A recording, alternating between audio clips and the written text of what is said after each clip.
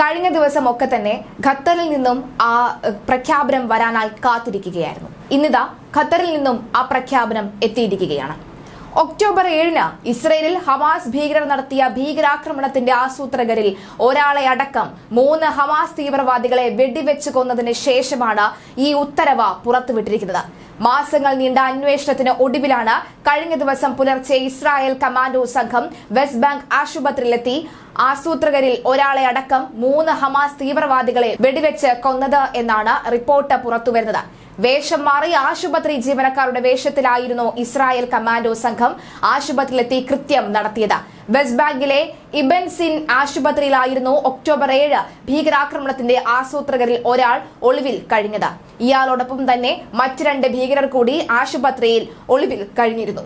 ഇവർ വെസ്റ്റ് ബാങ്കിലെ ആശുപത്രിയിൽ ഒളിവിൽ കഴിഞ്ഞതായുള്ള വിവരം ലഭിച്ച ശേഷം നീണ്ട നിരീക്ഷണങ്ങൾക്കൊടുവിലാണ് കഴിഞ്ഞ ദിവസം പുലർച്ചെ ആശുപത്രി ജീവനക്കാരുടെ വേഷത്തിൽ ഇസ്രായേൽ സൈന്യത്തിലെ കമാൻഡോ സംഘം ഈ ആശുപത്രിയിലെത്തിയത്.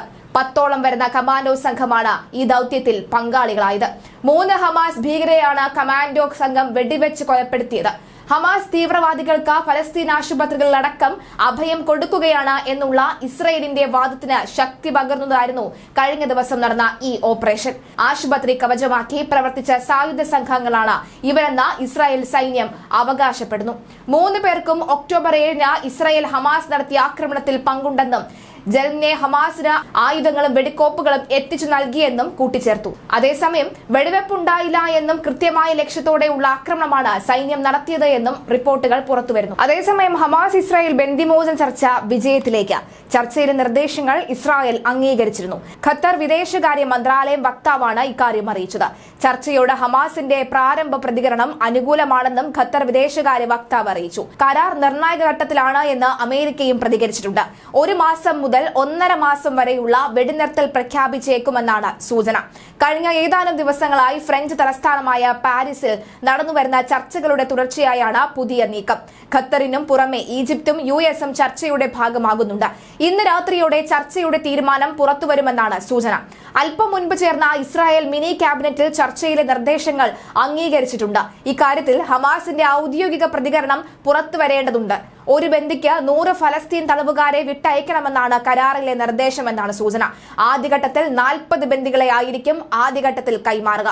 ഇതിന് പകരമായി ഇസ്രായേൽ ജയിലുകളിൽ കഴിയുന്ന 4000-ഓളം ഫലസ്തീൻ തടവുകാരെയും മോചിപ്പിക്കേണ്ടി വരും. 131 ബന്ദികളാണ് നിലവിൽ ഹമാസിന്റെ പിടിയിലുള്ളത്.